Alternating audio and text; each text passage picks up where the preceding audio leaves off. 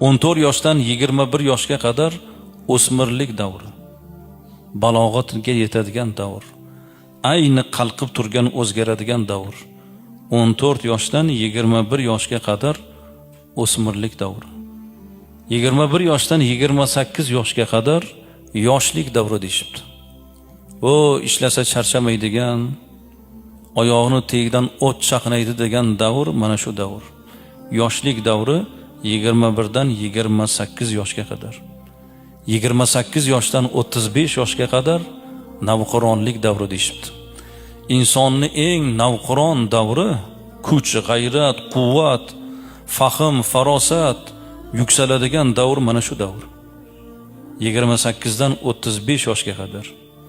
35 yoshdan yuqorisini komillik davri deyishibdi. Payg'ambarimiz alayhissalom nega 40 yoshda payg'ambar bo'ldi? Vaholanki Rasulullohni 25 yoshda ham, 30 yoshda ham komil aqllari bordi. İnsoniyliklari mukammal edi.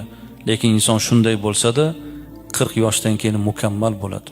Uni dunyo qarashi, tafakkuri, inson qancha ko'p yashagani sari undagi teran fikr ziyoda bo'lib boraveradi. 40 ga kirgan yigit olim bo'lishi mumkin, 80 ga kirgan ota u donishmand. U kitob o'qib olim bo'ldi. 80 ga kirgan ota u kishini hayot donishmand qildi. 80 yillik umrda qancha odamlarga ro'para keldi. Qancha yaxshi yomon bilan gaplashdi. Qancha baland chuqurlardan o'tdi. Hayot insonni donishmand qildi.